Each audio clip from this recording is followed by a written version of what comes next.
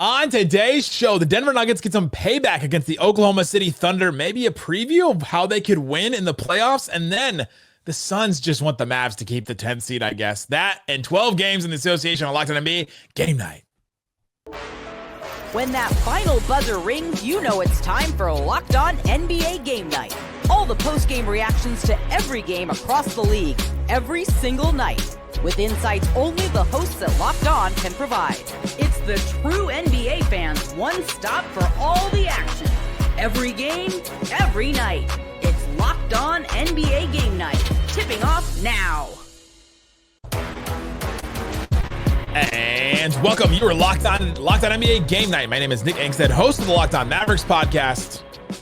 I'm not injured yet, but everybody else on the Mavs is. Part of the Locked On Podcast Network, your team every day. Thanks for being in every day or making Locked On NBA game night your first listen today. Joining me, as always, from the great Locked On Bucks show. What'd you see in the NBA tonight, Camille Davis? Some upsets, some surprises along the way. It made the night interesting on a night where some of the matchups not as exciting, but man, did they make it exciting. The injury report is the most exciting thing coming out right now in the NBA because it's like who's playing tonight, who's not, going through it all. And yeah, we got some great upsets. We'll get to some of those. 12 games in the NBA tonight, so we got to get going. Let's start here with our first one, the Denver Nuggets against the Oklahoma City Thunder.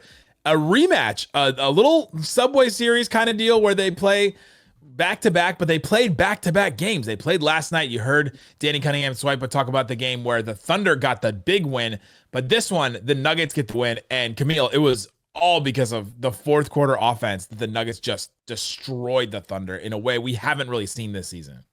Truly, you're not exaggerating when you say we haven't seen it this season. 140 points is the most points that we have seen the Thunder defense give up all season. It is the first time an opponent has shot 60% or better in a game, and the Nuggets also shot 56% from three, another season worst allowed by the Thunder's number one ranked defense. So the way that the Nuggets were able to get into that offensive bag, it's something that the Thunder haven't seen. And they did have, Jalen Williams go down in the second quarter, which altered some things along the way, but still the shot making from the Nuggets down the stretch was just super impressive.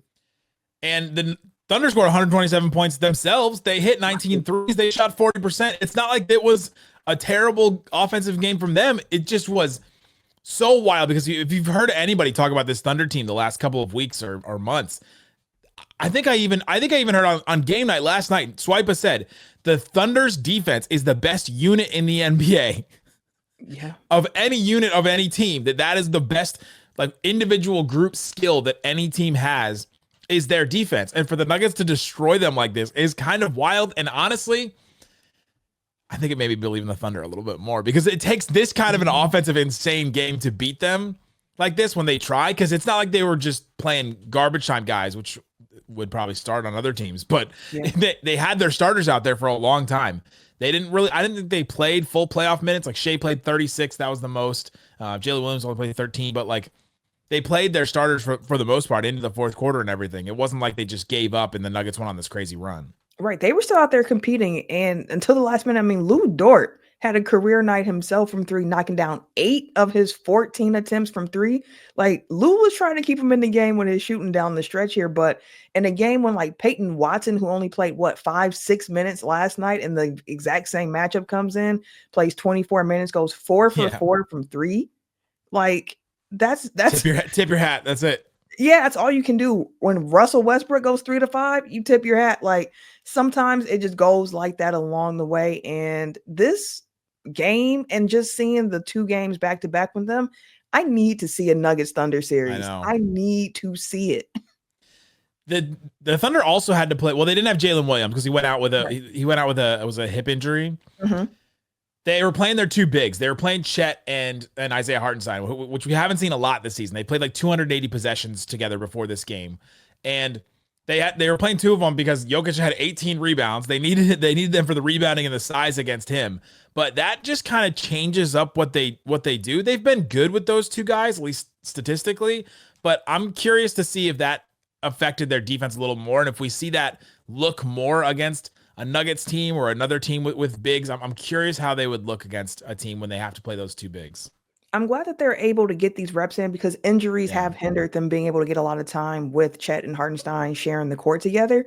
And we know during the NBA season, especially during this last stretch, teams don't just have that much time to practice.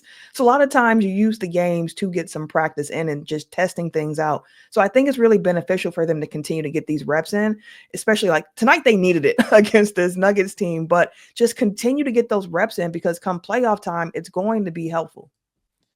Yeah, the Nuggets offense too in the fourth quarter, it was just, I mean, it felt surgical. And Jokic is the best offensive engine in the NBA. You just have to account for him at all times. Every pass is available to him. Every opening on the court, it doesn't matter where a guy is. And then guys just made a bunch of shots. I mean, Westbrook went 1 for 9, and Ryland Stiles on Locked On Thunder, who is a diehard, Westbrook supporter from his time with the Thunder, was even saying on his show, Westbrook just bricked another one. He was missing, and then he hits his shot. So sometimes it is just the shots can go down, and that's where the Thunder are vulnerable. Is if you hit shots against them, can they match you and hit the same shots and hit the amount of threes that you need in that fourth quarter? And they couldn't match him in this one. 140 points, the most given up by the Thunder. That is just, it's an insane number. It is. And tip your hats to the Thunder defense for this being the first time this season that they've allowed this many points, because they don't get that tonight. No, they got to sit with what they just did. Like you don't get to, guys, remember, we're good. No. You learn from this one, right? Coach, your coach would never look at you and say, listen, guys, we were so good until this tonight, right? They focus on what you've done for me lately. But you also got to say, like, hey, you punched in the mouth tonight, brush it off because you know what you can do because of what you've done so far this season. Push it off and continue on. It's a lot more to play.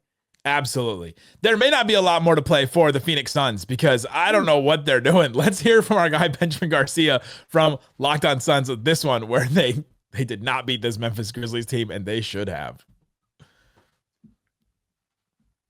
The Phoenix Suns fall to the Memphis Grizzlies 120-118 for I don't know. I think this is the 15th time this year that they've lost the Memphis Grizzlies. Well, Benjamin Garcia locked on Phoenix Suns, and there's a couple of things to talk about from this game. The pivotal point of Cam Spencer going up against Kevin Durant after hitting a three, getting up in Kevin Durant's face while quickly running the other direction, a hold me back guy if I've ever seen one. And of course, his guy Desmond Bane, the muscle hamster, gets up in Kevin Durant's face, and that just makes tensions fly everywhere.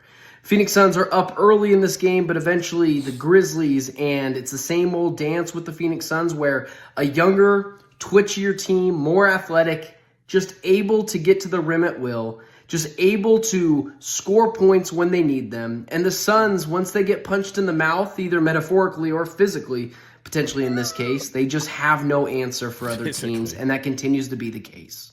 The Phoenix Suns, man, I saw them in person the other day. They beat the Mavericks, but it was the hospital Mavs, and they barely beat them, and they just look like a team that has just given up. Yeah, it's tough because they got off to a really hot start in this game. Like when Kevin Durant, he hit 2 back-to-back threes early on in the first quarter. They were up by 16 at that point. Memphis couldn't buy a bucket. And then come that second quarter leading into that, and you see the bench unit for the Grizzlies really getting things going. Cam Spencer really taking off in the second quarter. Hold me back guy. Hey, hold me back. I'm not mad at it. I like the energy that this rookie has. So he helped spark him in the second, and the Grizzlies just kept fighting back, and the Suns just could not keep up down the stretch. The Suns, in beating the Mavericks, had bridged a gap. It was a 4-game distance between them and the Mavericks to get that 10th seed in the West, which it's so wild that the Mavericks and the Suns, with all the talent that is on these rosters, are fighting for 10 right now. But that's where we are with it. They beat they beat the Mavericks, and so it was a 1.5 game spread, and now it's back to 2 and 2.5. And the Suns' schedule over the next couple of weeks is absolutely insane. And I don't know if the Suns will get that 10 seed back from the Mavericks. It is wild to look at what the Suns are doing right now. It doesn't seem like they want it. Like Ben said, if they get punched in the mouth, they just kind of roll over. And they were in a position to win the game. It was only a 2-point game here. Kevin Durant went for the game-winning 3. Phoenix shot really well from 3 in this game. Kevin Durant himself was 7 to 9. 52%.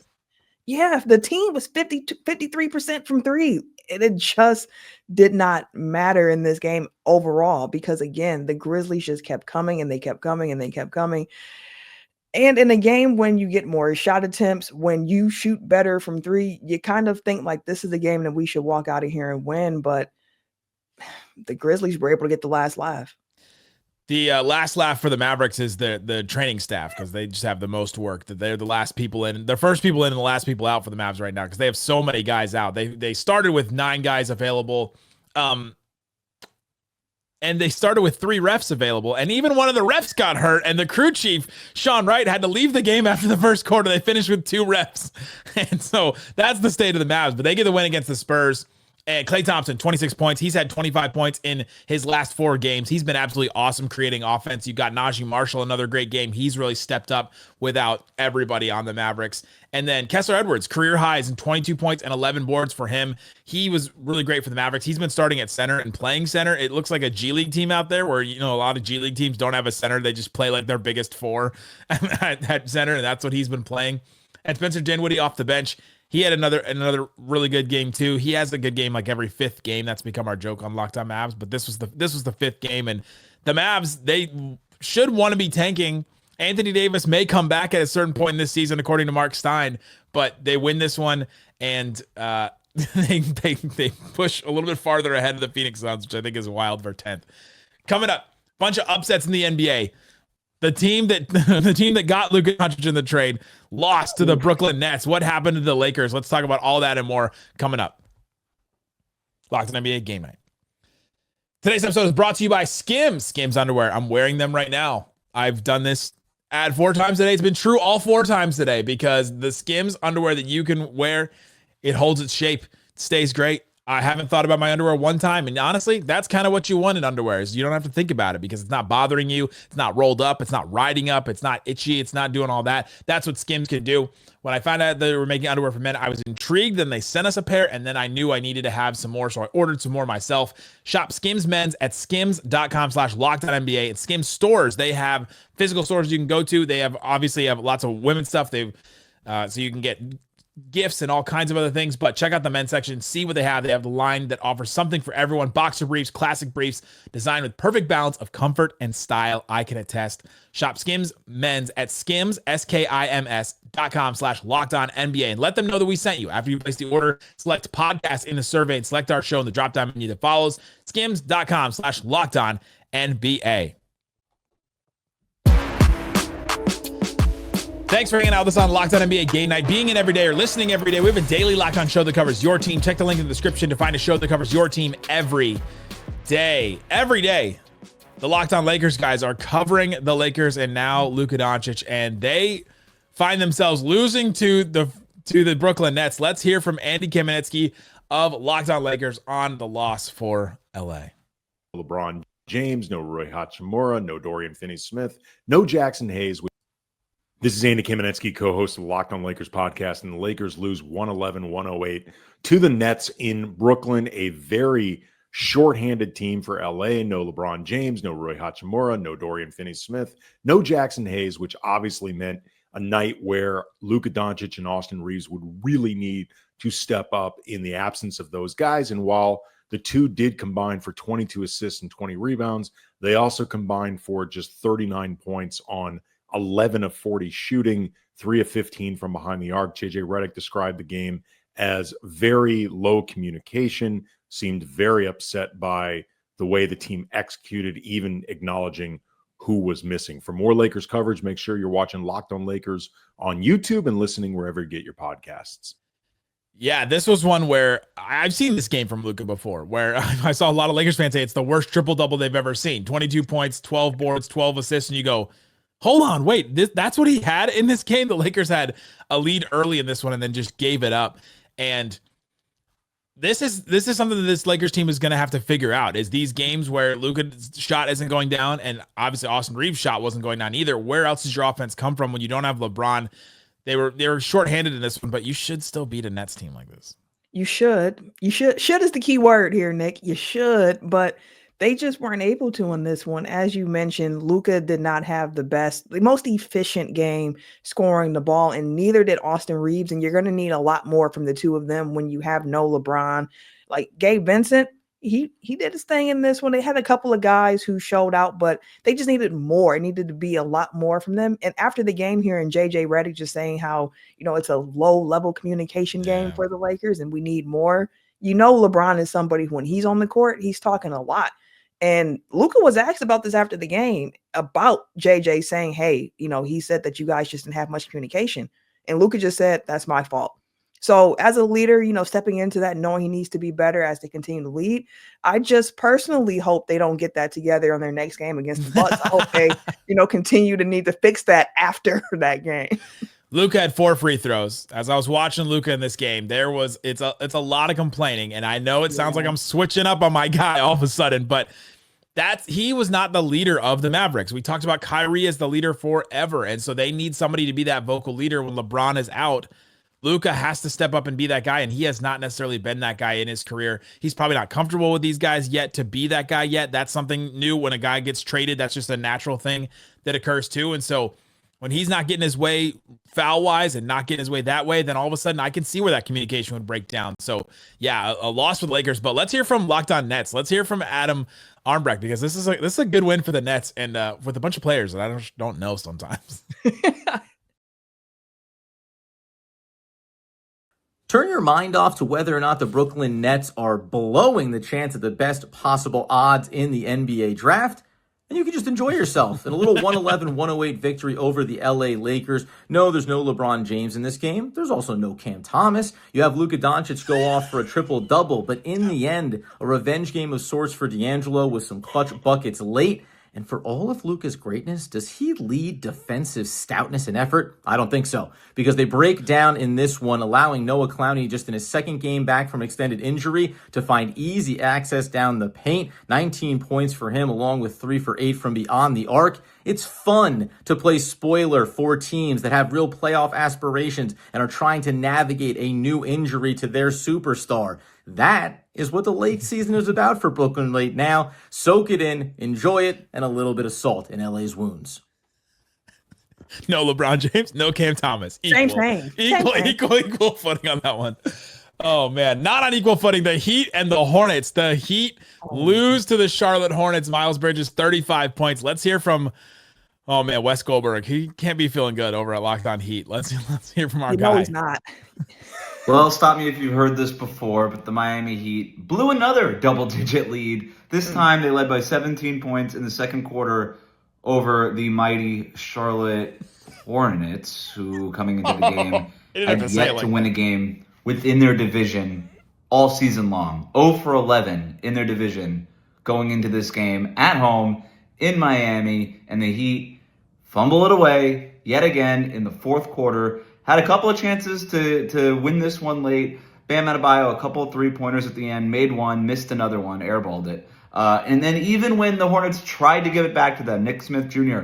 fumbles the ball out of bounds. Tyler Hero gets a running three-pointer to try to tie the game, and that even clings off the front of the rim. This Heat team is in a tough spot. They're blowing double-digit leads, fourth-quarter leads, finding new ways to lose, finding new teams to lose to, and this is a new low. Hear more about it on Locked On Heat.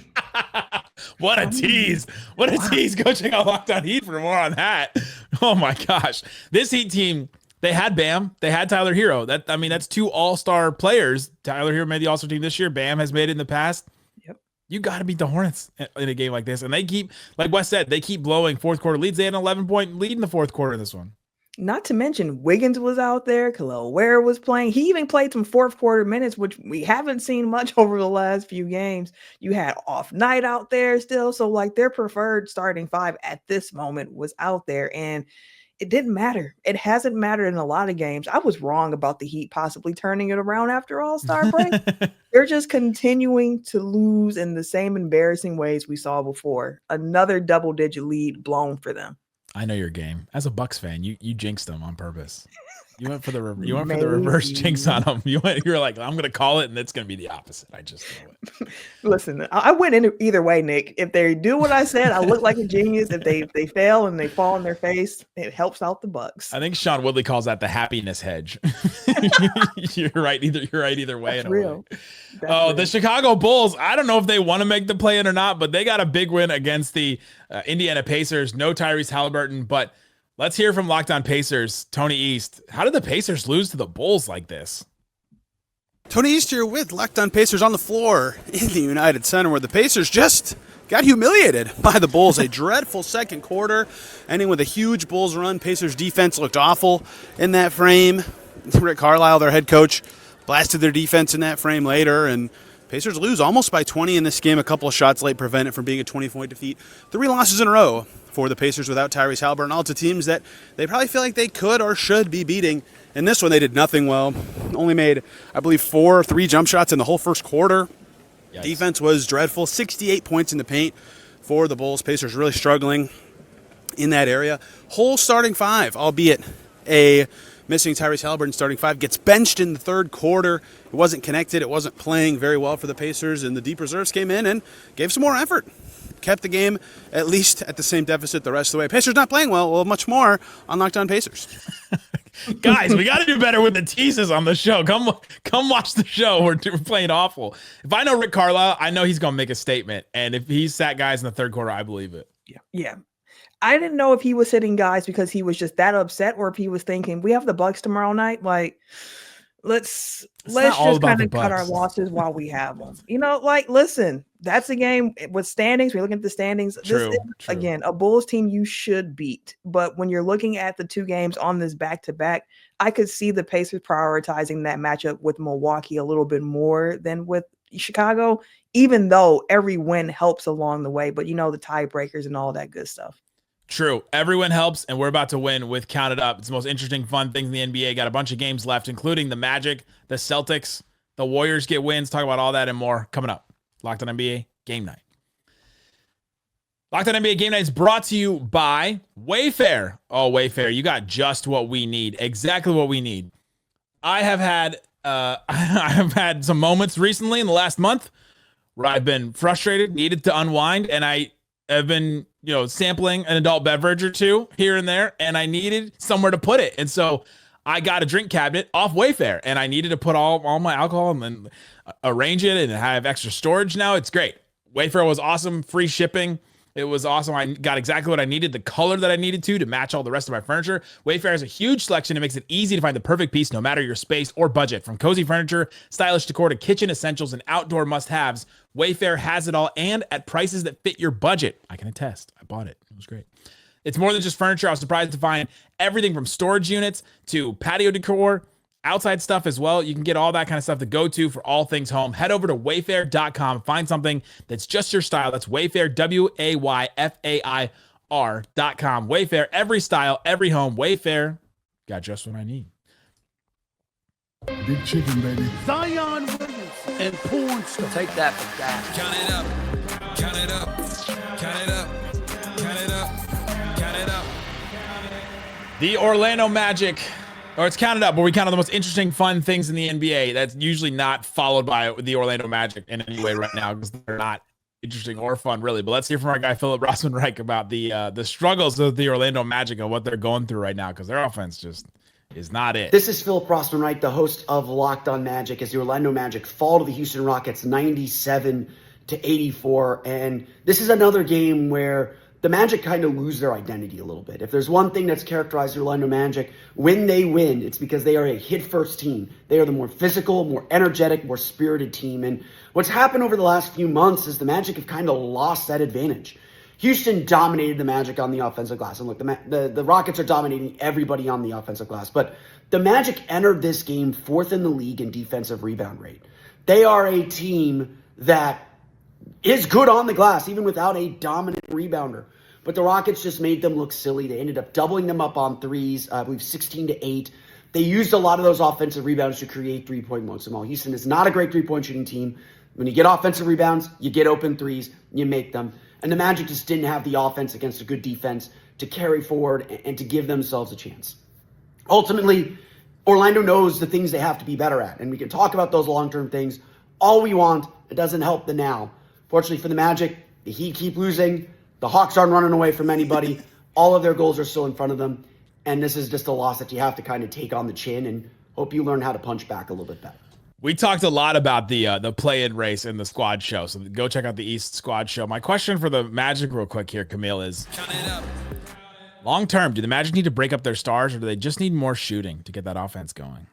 I think they just still need more shooting. You thought that's what KCP would provide this season, but he's having just a super down year from three himself. They just need more guys to consistently do it. But I think they have something with Wagner and Paolo down there. Like, that's a pretty good core to build around. You just got to make sure the guys around them can knock down those threes. I'm not sold yet.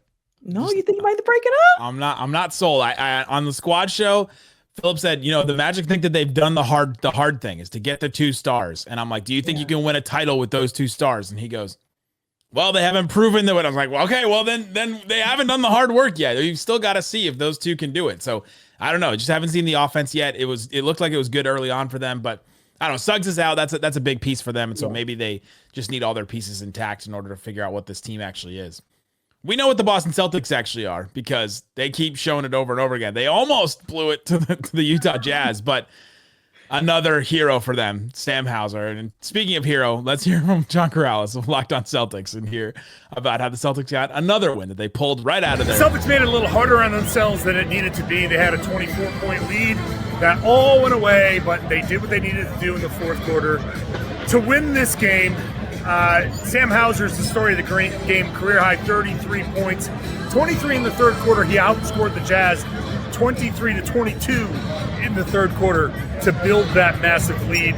But Derek White was really good, 18 points, 10 assists. Nice to see Drew Holiday go 4 of 9, 2 of 5 from 3, including a big three-pointer at the end of the game and the steal to lock it up. Jaylen Brown, 26 points, 8 rebounds, 7 assists, 3 steals. A monster line. I didn't even think he played all that well in this game. It looked like he was matchup hunting, trying to go against Walker Kessler. He did catch him on a dunk, so that was nice. But I thought overall, Jaylen piled up the numbers. I didn't think he was all that effective in this game, but effective enough. Celtics get the win. Now it's on to OKC.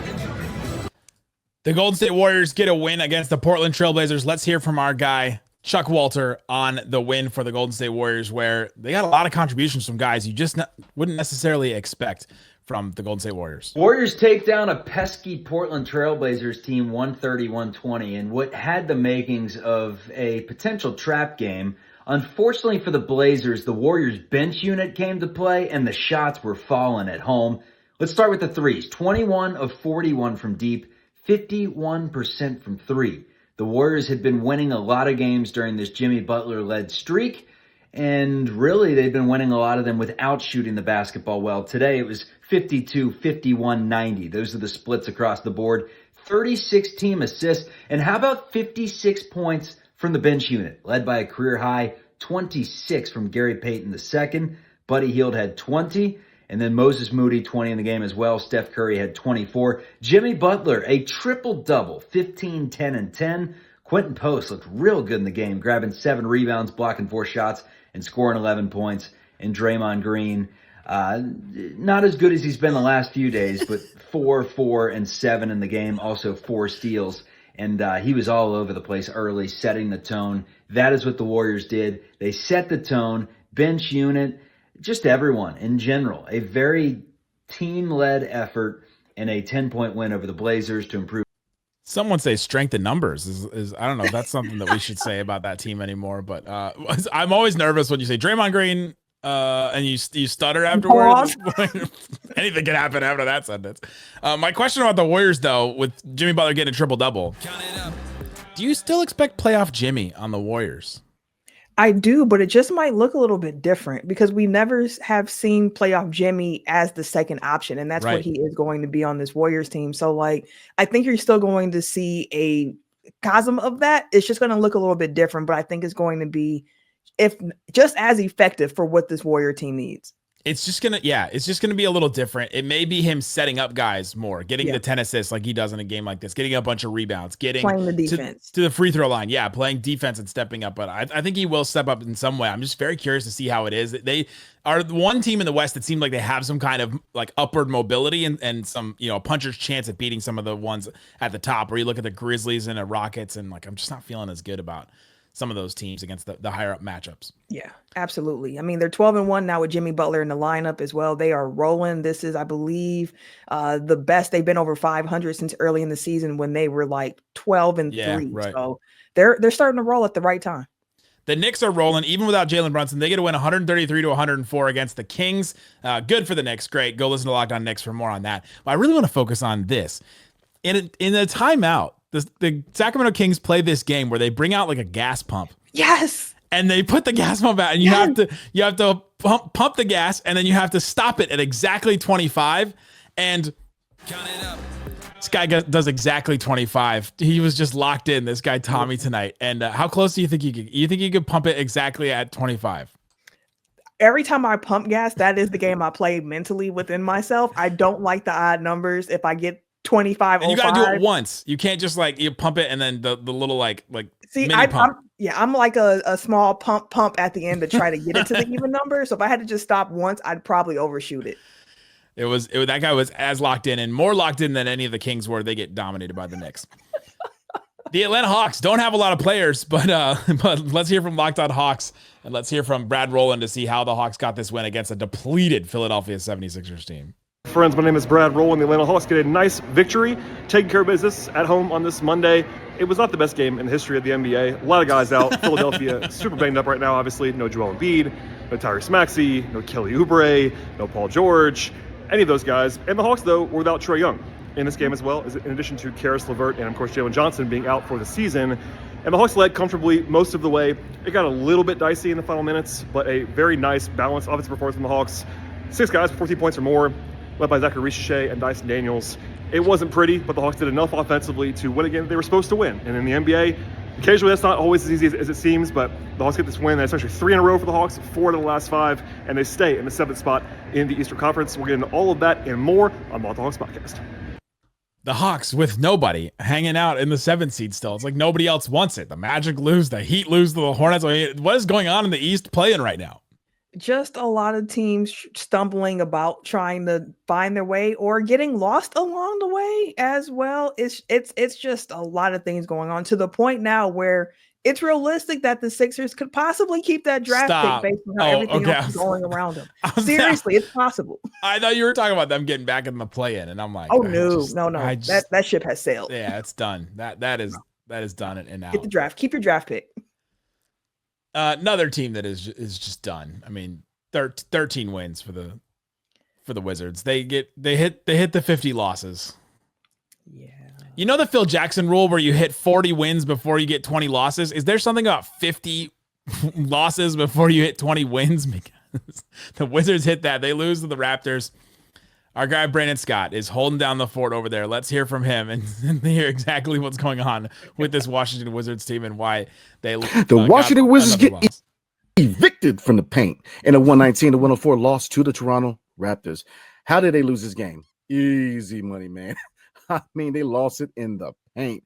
They were out rebounded 86-63, which led to 54 points in the paint.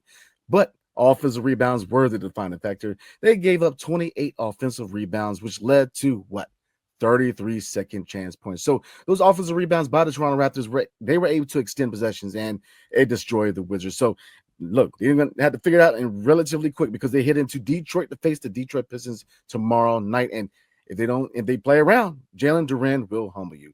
So, like I said, hopefully they get back on track and win the battle of the paint tomorrow night in Detroit. Hail to the Wizards and peace. I thought he said 86 rebounds. My jaw dropped. I was like, I did not remember them getting it. They got 73, which is still the most rebounds any team has gotten in a game this season. Right. The Toronto Raptors did. You had 4 guys with double-digit rebounds. RJ Barrett had 10, Scotty Barnes had 13, Orlando Robinson had 11, and AJ Lawson, the G Leaguer that could, 32 points, 12 boards off the bench in his home country. You gotta love that. You gotta love that. Showing out in front of your home country, especially when you didn't expect necessarily to be there. You might have envisioned it in your mind, but the way the season was playing out. So that's a cool story at the very least. Great for the former Maverick. Absolutely. Guys, thanks for hanging out with us on Locked On NBA Game Night. Great stuff all the time from all of our hosts. Go check out the link in the description to find your show that covers your favorite team. Thanks for listening to Locked On NBA Game Night.